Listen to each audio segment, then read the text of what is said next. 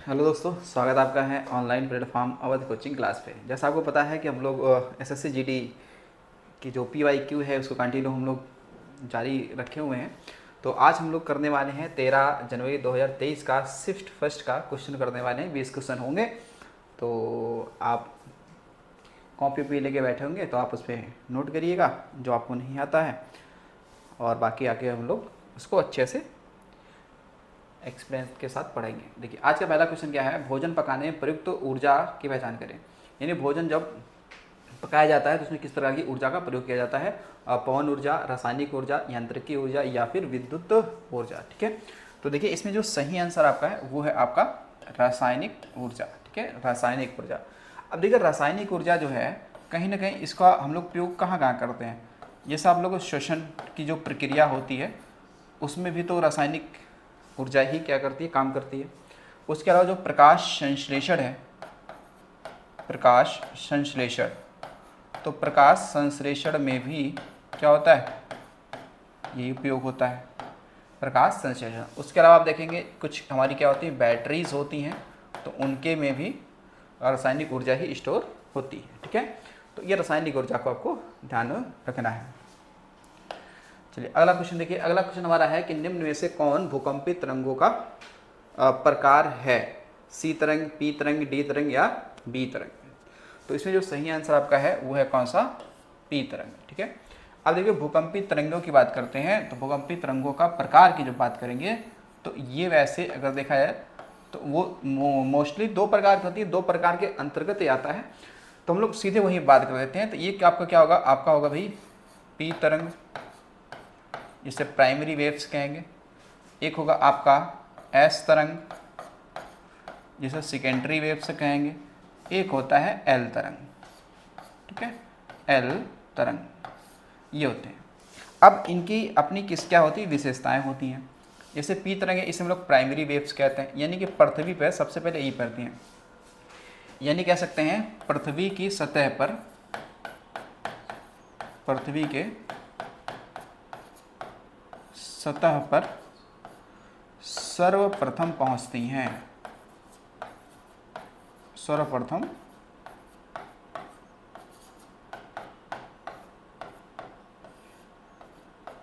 पहुंचती हैं ये। ठीक है, और दूसरी बात क्या है कि ये तीनों माध्यम में चलती हैं। ठीक है, चाहे ठोस हो, चाहे द्रव हो, चाहे गैस हो, तीनों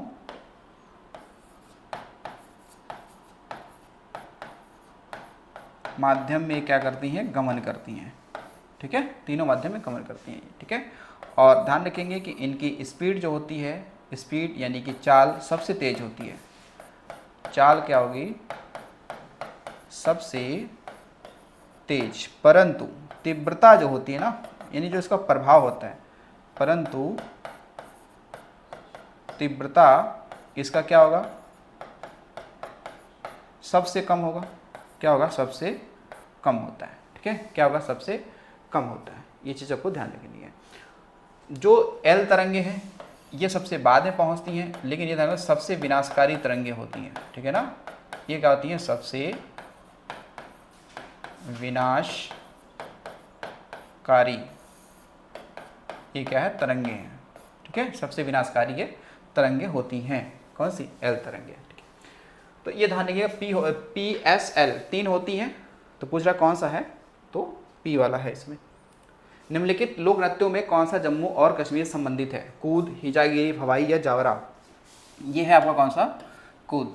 जम्मू कश्मीर में देखेंगे अन्य नृत्यों की बात करेंगे तो यहाँ पर एक नृत्य आपको मिल जाएगा रऊफ। ठीक है, रऊफ। रऊफ के बाद में एक मिलेगा आपको यहाँ पे पाथ भांडेर, ये है। हिजागिरी तो ये तो त्रिपुरा का है। कहाँ का, ये त्रिपुरा का है। ठीक है, भवई जो है ये कहाँ का है, तो राजस्थान और गुजरात का है। कहाँ का, राजस्थान व गुजरात का है। जवारा जो है ये तो मध्य प्रदेश का है। कहाँ का है, मध्य प्रदेश का है। बाकी और भी है भगोरिया लोक नृत्य, वो भी मध्य प्रदेश का ही है। तो इनको सबको आपको ध्यान रखना है। आगे जाओ, अगला सवाल है, मध्य भारत में बस्तर विद्रोह डैश डैश में हुआ। मतलब बस्तर विद्रोह कब हुआ, ठीक है, बस्तर विद्रोह कब हुआ। ऑप्शन है 1918, 1915, 1910, 1905। तो अब शुरुआत की बात करेंगे, शुरुआत हुई थी कब, 1910 में। कब है, 1910 में। अब ये बस्तर कहाँ पड़ता है, ये बस्तर अगर मैं बात करूँ तो बस्तर ये वर्तमान में कहाँ पे है, किस राज्य में है, तो वर्तमान में ये छत्तीसगढ़ में है। कहाँ पे है, छत्तीसगढ़ में है, ठीक है। तो ये जो बस्तर विद्रोह था ये एक आदिवासी विद्रोह था। क्या था ये, एक आदिवासी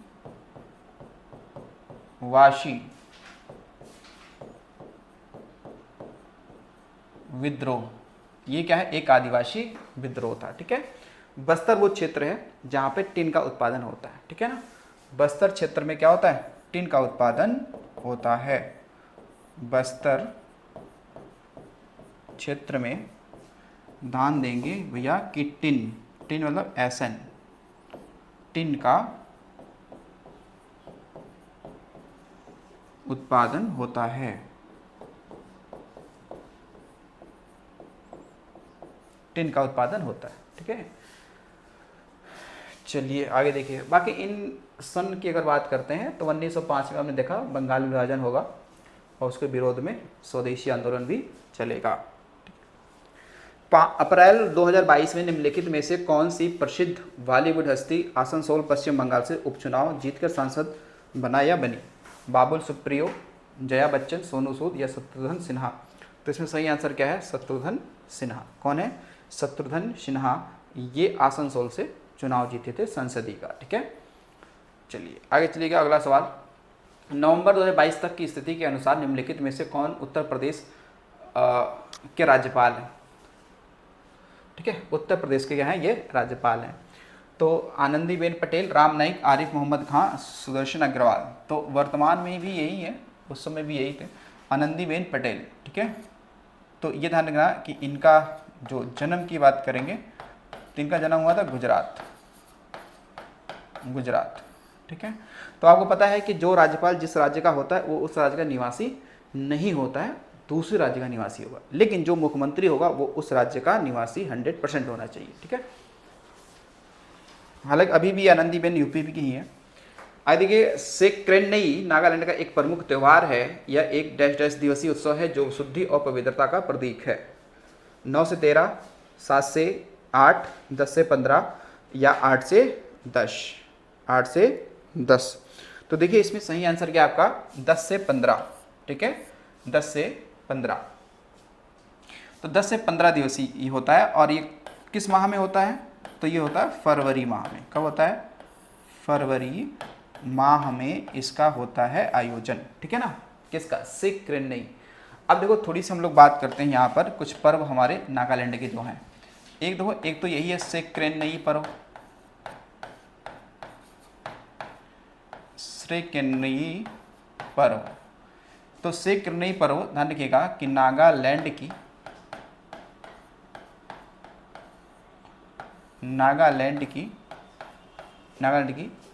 कौन सी अंगामी जनजाति इसको मनाती है, कौन सी, तो अंगामी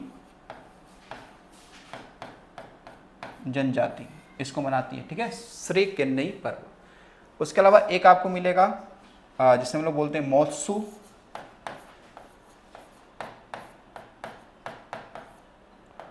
मोत्सु पर्व की बात करते हैं तो मोत्सु पर्व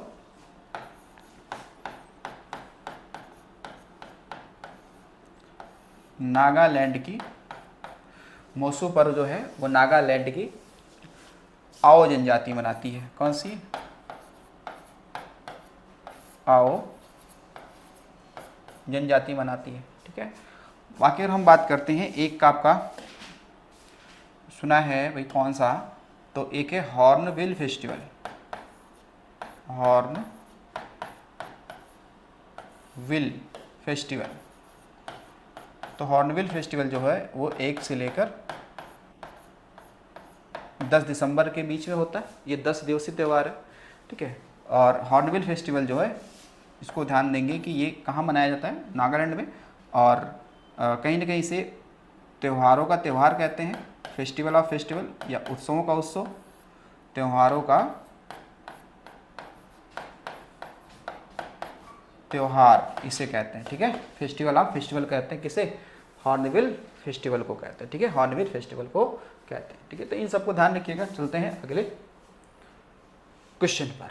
अगला क्वेश्चन है डैश डैश पंचवर्षीय योजना स्थिरता के साथ विकास के विशिष्ट उद्देश्य के साथ शुरू की गई थी।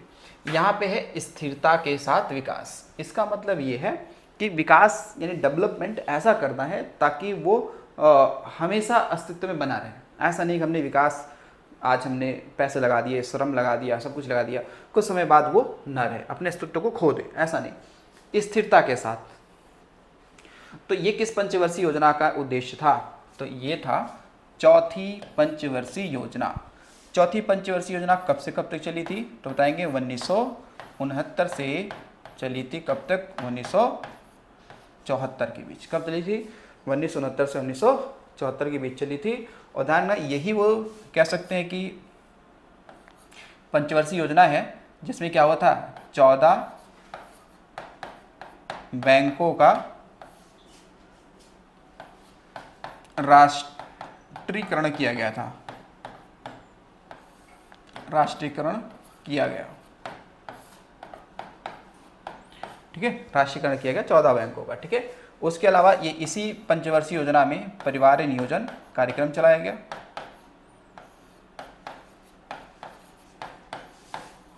परिवार नियोजन कार्यक्रम चलाया गया, ठीक है। तो इस समय इंदिरा गांधी क्या होंगी?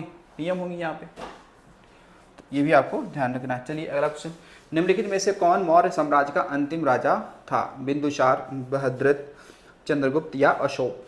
ठीक है, तो देखिए इसमें कौन है अंतिम? तो वो है कौन? बृहद्रथ, ठीक है। इसको ये ध्यान रखिए कि ये नवें व अंतिम, नवे व अंतिम शासक हैं। ये नवे व अंतिम शासक हैं किसके? तो यह मौर्य साम्राज्य, ठीक है। तो जो मौर्य साम्राज्य है, मौर्य साम्राज्य, इसकी राजधानी कहाँ थी? इसकी राजधानी कहाँ थी? तो ये थी राजधानी। तो इसकी राजधानी जब पूछेगा आपसे तो बताना है पाटलिपुत्र। पाटलिपुत्र जो वर्तमान में ये कहाँ है? बिहार में, ठीक है ना, पाटलिपुत्र, ठीक है। और अशोक की बात करते हैं तो अशोक को ध्यान रखिए, अशोक के समय कितने? 5 प्रांत थे जिन्हें चक्र कहते थे, ठीक है ना। 5 प्रांत थे जिन्हें चक्र कहते थे। हालांकि आप देखेंगे तो इसको अगर इस तरीके से देखा जाए तो पाटलिपुत्र तो केंद्रीय राजधानी थी।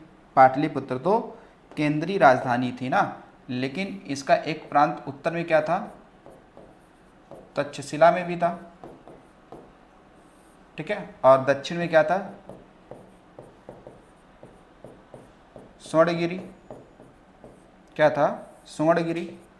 उसके अलावा पश्चिम में था, ठीक है, पश्चिम में उज्जैनी, उज्जैनी इनकी प्रांत एक थी। और पूर्व में भी था, उसका नाम था कलिंग, कलिंग, ठीक है। तो ये पूर्व में था। तो इस समय 5 क्या थे?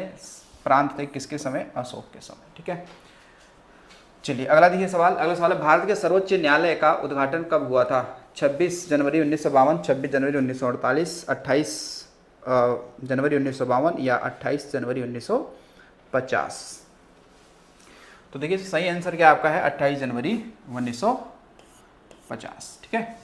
तो अब देखिए कि जो हम लोग बात करते हैं कि हाई कोर्ट, सुप्रीम कोर्ट, देखिए जो सुप्रीम कोर्ट आपका है या सर्वोच्च न्यायालय, सुप्रीम कोर्ट यानी SC, सुप्रीम कोर्ट। तो सुप्रीम कोर्ट का जो उल्लेख है वो संविधान के किस अनुच्छेद में है? 124। और भाग कौन सा हो जाएगा? भाग तो 5 हो जाएगा ना, भाग कौन सा हो जाएगा? 5 हो जाएगा। तो सुप्रीम कोर्ट का उद्घाटन तो हालांकि 28 जनवरी 1950 को हुआ था, लेकिन आपको ये चीज़ और भी ध्यान रखनी होगी कि जो सुप्रीम कोर्ट है वर्तमान में अगर देखा जाए यहाँ पर, तो न्यायाधीशों की संख्या कितनी है, 33 + 1 बराबर कुल 34 हैं। ठीक है, तो उसमें एक क्या है, एक तो है CJI यानी चीफ जस्टिस ऑफ इंडिया, और 33 क्या होते हैं, अन्य न्यायाधीश होते हैं। 33 क्या होते हैं, अन्य न्यायाधीश होते हैं। ठीक है, तो सुप्रीम जो कोर्ट है इसको ध्यान रखना किस आर्टिकल में है, तो आर्टिकल हो जाएगा आपका 124। स्थापना कब हो रही है, 28 जनवरी 1950 को। अगला है जनगणना रिपोर्ट 2011 के अनुसार किस भारतीय राज्य की साक्षरता दर दूसरी सबसे कम है। ठीक है, अब देखो यहाँ पे कह रहा है दूसरी सबसे कम है, तो थोड़ा सा आपको दिमाग यहाँ पे लगाना पड़ेगा, क्योंकि दूसरी का थोड़ा सा इंपॉर्टेंट इन लोगों ने बना दिया है, डीप सवाल बना दिया है। हिमाचल प्रदेश, मिजोरम, अरुणाचल प्रदेश या राजस्थान। ठीक है, तो ये दूसरी सबसे कम है। तो अगर हम ये देखें कि अच्छा सबसे कम दूसरी कहाँ पे है, तो जाएंगे अरुणाचल प्रदेश में। लेकिन हम बात करते हैं यहाँ पर कि भारत में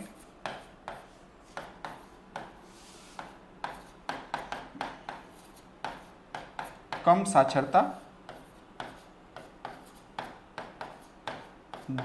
दर वाले राज्य, इनकी हम बात करते हैं। तो देखिएगा भाई, सबसे कम साक्षरता दर कहाँ पे है, तो कहेंगे बिहार में, यहाँ पे सबसे कम है। इससे ज़्यादा कहाँ पे है, थोड़ा सा ज़्यादा कहाँ पे है, कहेंगे अरुणाचल प्रदेश में है, अरुणाचल प्रदेश में। और इससे थोड़ा ज़्यादा कहाँ पे है, तो वह है राजस्थान में। अगर बिहार में लगभग 61% क्या साक्षरता दर है, तो अरुणाचल प्रदेश में वहीं पे देखेंगे तो लगभग 65% साक्षरता दर है। वहीं राजस्थान में देखेंगे तो लगभग 66% क्या साक्षरता दर है। लेकिन सवाल जब भी कभी ये आपसे पूछे कि सबसे कम साक्षरता दर वाला राज्य कौन सा है, तो आप बिहार बता ही दोगे। ठीक है, क्या बिहार में है, ठीक है, क्या बता दोगे, बिहार बता देंगे। लेकिन अगर सवाल ये हो कि सबसे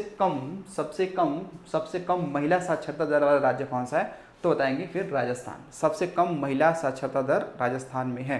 ठीक है, तो दूसरा पूछा था, तो दूसरा कौन सा हो जाएगा, अरुणाचल प्रदेश। तीसरा सबसे कम पूछेगा तो राजस्थान हो जाएगा। ठीक है, ऐसा होगा।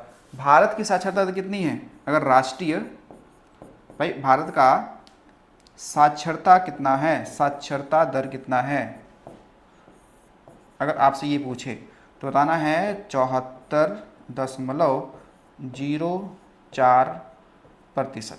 ठीक है, इसमें से पुरुषों का 82% है, महिलाओं का, यानी अगर यहीं पे लिख देंगे कि जो मेल हैं इनका कितना है, तो इनका है आपका 82%, और जो फीमेल हैं इनका कितना है, तो लगभग 65%।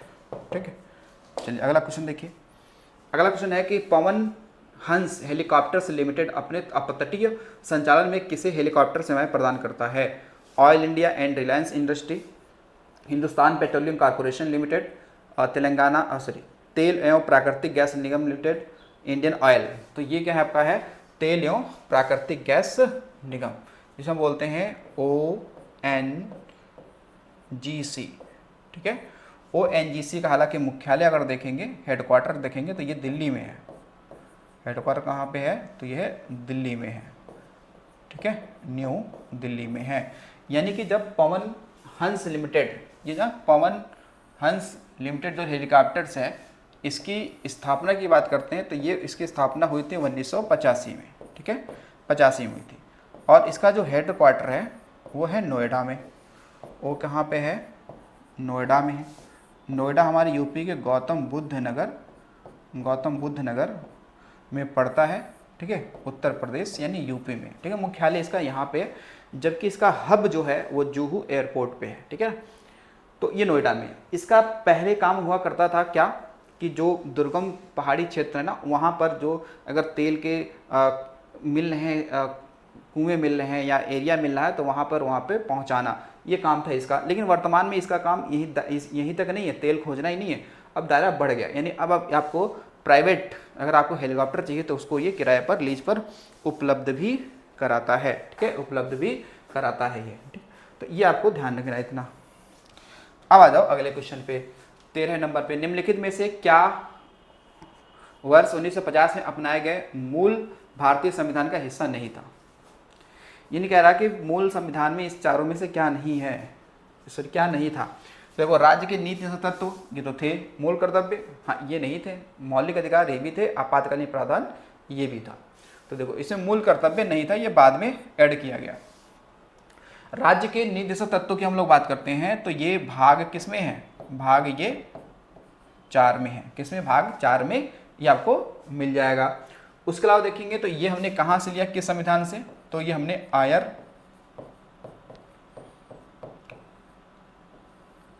से लिया है, आयरलैंड से लिया है इसको, ठीक है। मूल अधिकार की बात करेंगे तो ये किस भाग में है, तो ये भाग हो जाएगा आपका कौन सा, भाग हो जाएगा 3। इसको हमने कहाँ से लिया है, तो यूएसए के संविधान से लिया है। आपातकालीन अगर देखा जाए तो ये भाग आपका 20 होगा, ठीक है। और ये हमने किसके संविधान से लिया है, तो आप देखेंगे हालांकि आपातकालीन प्रावधान हमने कुछ जर्मनी से भी लिया है, उसमें है नहीं, जर्मनी से भी लिया है, जर्मनी, ठीक है। अब देखिए जो मूल कर्तव्य है ना, ये हमारे मूल संविधान में नहीं थे, ये हमारे मूल संविधान में नहीं थे। तो मूल कर्तव्यों की हम लोग जब बात करते हैं, मूल कर्तव्यों की हम लोग जो बात करते हैं तो जरा देखो मूल कर्तव्य को हमने क्या किया था, 42वां जो अमेंडमेंट था, 42वां जो कॉन्स्टिट्यूशनल अमेंडमेंट था 1976 व 86वां कॉन्स्टिट्यूशनल अमेंडमेंट 2002 में जोड़ा गया था, ठीक है। तो इस वाले में 10 जोड़े गए थे, इस वाले में 10 जोड़े गए थे, इस वाले में 1 जोड़े गए थे, तो टोटल मिला के कितने हो गए, 11 मूल कर्तव्य हो गए, ठीक है ना, 11 मूल कर्तव्य हो गए, ठीक है। आपको ये ध्यान रखना है।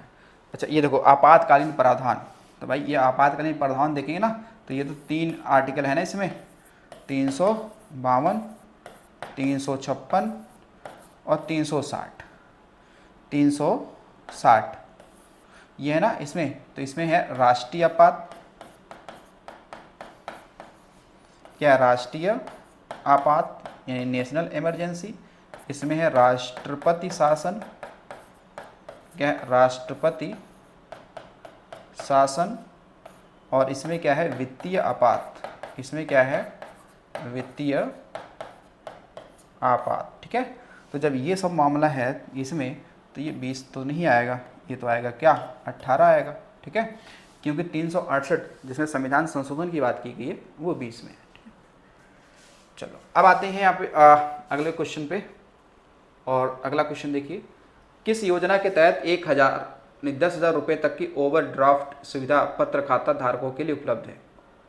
स्किल इंडिया मिशन, प्रधानमंत्री कौशल विकास योजना, प्रधानमंत्री सुरक्षा बीमा योजना या प्रधानमंत्री जनधन योजना।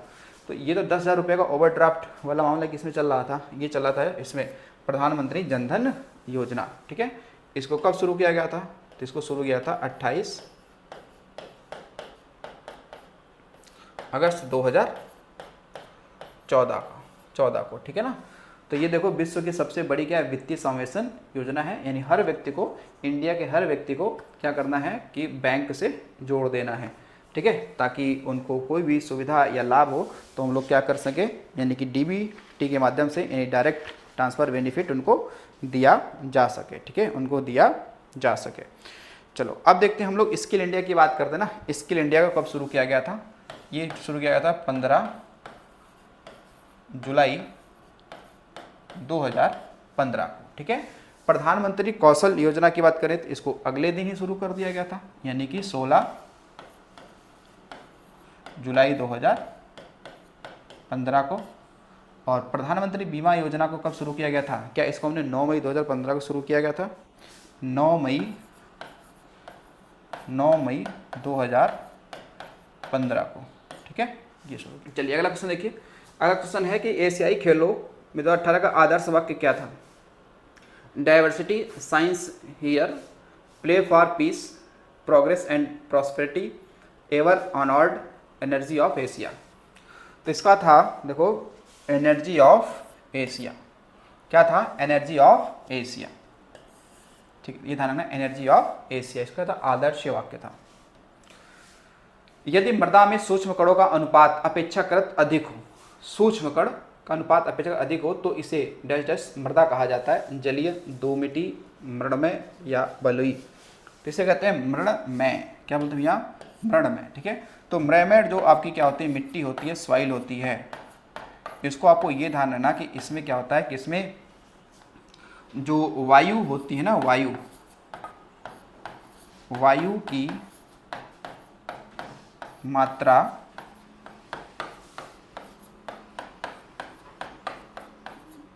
नहीं होती है, वह जल भंडारण की क्षमता ज़्यादा होती है, भंडारण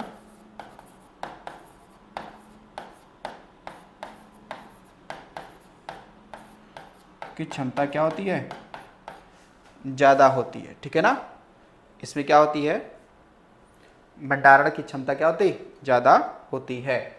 तो मृणमय की आप समझ गए, मृणमय मृदा क्या होती है, ठीक है। चलिए अगले क्वेश्चन की तरफ चलते हैं हम लोग। अगला क्वेश्चन है कि भारत की द्वितीय पंचवर्षीय योजना की समय सीमा क्या थी, यानी सेकंड जो 5 ईयर प्लान थी उसकी कह सकते हैं क्या था, 1956 से 61, 57 से 62, 1948 से 53 या 1951 से 1956। अब कह रहे हैं द्वितीय पंचवर्षीय योजना, ठीक है, द्वितीय पंचवर्षीय योजना।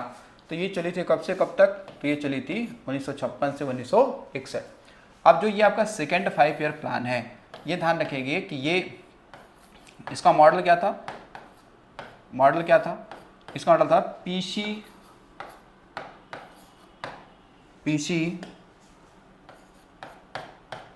महालनोबिस,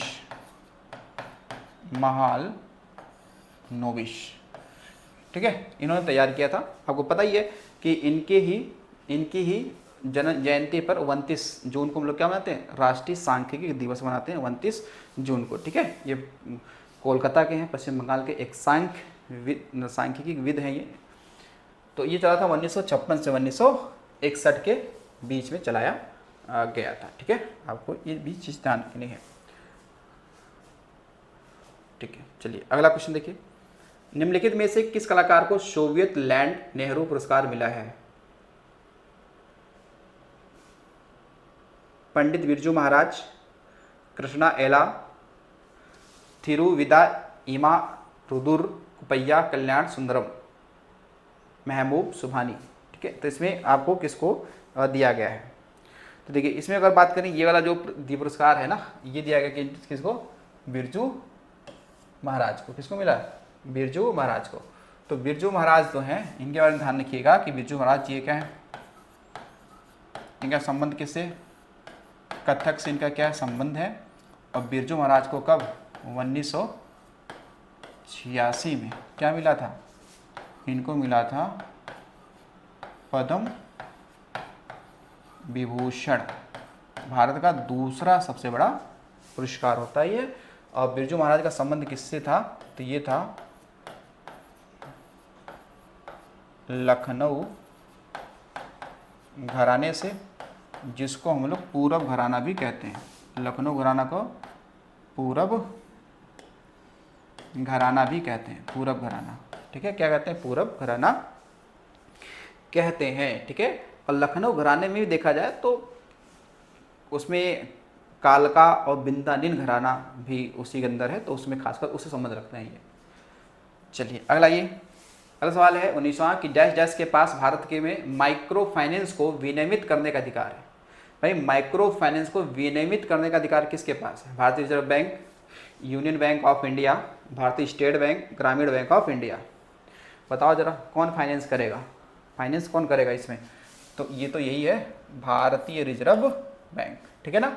तो भारतीय रिजर्व यानी कि जो आपकी क्या है, RBI है। इसकी स्थापना कब होती है, इसकी स्थापना देखो कब होती है, इसकी स्थापना होती है 1 अप्रैल 1935 को होती है, ठीक है ना। जबकि एक्ट कौन सा होता है, किस एक्ट के माध्यम से होती है, तो 1934 का एक्ट होता है, उसके तहत 1935 में की जाती है, ठीक है। तो ये ध्यान रखिए आरबीआई को, इसे बैंकों का बैंक कहते हैं। क्या कहते हैं इसको? इसको कहते हैं बैंकों का बैंक, बैंकों का बैंक कहते हैं इसको। तो इसमें हम और आपका अकाउंट नहीं होता, इसमें बैंकों का अकाउंट होता है। इसमें हम और आपका अकाउंट नहीं हुआ, इसमें बैंकों का अकाउंट होता है, ठीक है। तो भारतीय रिजर्व बैंक, तो ये क्या है? ये भारत का केंद्रीय बैंक है। ये क्या है? ये भारत का केंद्रीय बैंक है, यानी भारत सरकार का ये बैंक है, केंद्रीय बैंक है ये। यूनियन बैंक ऑफ इंडिया किसकी स्थापना हुई थी? कब? 1919 में, 1921 में, लेकिन 1919 हुई थी, लेकिन 1921 में गांधी जी ने इसका उद्घाटन किया था। गांधी जी ने इसका क्या किया था? उद्घाटन किया था इस बैंक का, उद्घाटन किया था, ठीक है। उद्घाटन किया था कब? 1921 में। तो यूनियन बैंक ऑफ इंडिया 1919। भारतीय स्टेट बैंक, यानी कुल मिला के भाई ये एसबीआई की बात चल रही है। तो इसकी स्थापना कब हुई थी? तो ये हुई थी 1 जुलाई 1955 को, ठीक है।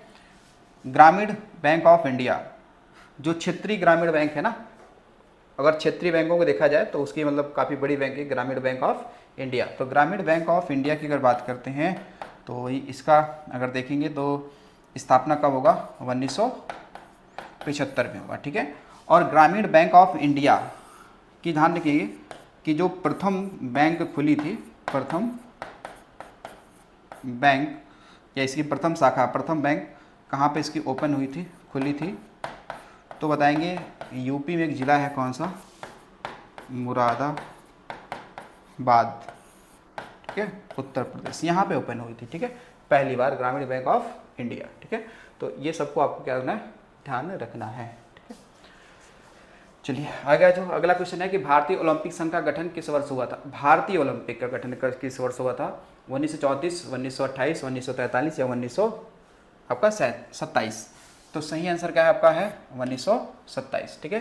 तो जो भारतीय ओलंपिक संघ है, यानी कि इंडियन ओलंपिक जो आपकी कमेटी है, संघ है, इसकी अगर हम देखें कि अस्थायी स्थापना कब हुई थी? अस्थायी, जब इसकी स्थापना की बात करते हैं तो इसकी स्थापना हुई थी 1923 में, लेकिन इसको परमानेंट कब बनाया गया, स्थायी कब बनाया गया? तो 1927 में। तो इसलिए जब भी गठन की बात आएगी तो हमें 27 ही बताना है। कब बताना है? 27 ही बताना है। और ध्यान रखिएगा कि जो भारतीय ओलंपिक समिति है, इसके भाई वर्तमान में अध्यक्ष कौन है? ये बड़ी इंपॉर्टेंट है, इसके अध्यक्ष बताएंगे कौन है, ठीक है, यहाँ पे। तो बताएंगे वर्तमान में इसके अध्यक्ष की बात करते हैं तो वो P.T. ऊषा। कौन है? P.T. ऊषा, ठीक है। तो ये हमारे क्या थे? आज के 20 क्वेश्चन थे। आई होप आपको जो चीज़ समझ में आई होंगी, ठीक है। कोई दिक्कत समस्या आपके क्वेश्चन हो, क्वेरी हो तो कमेंट बॉक्स में ज़रूर लिखना, बताना, ठीक है। तो आज के लिए इतना ही। Thanks for watching.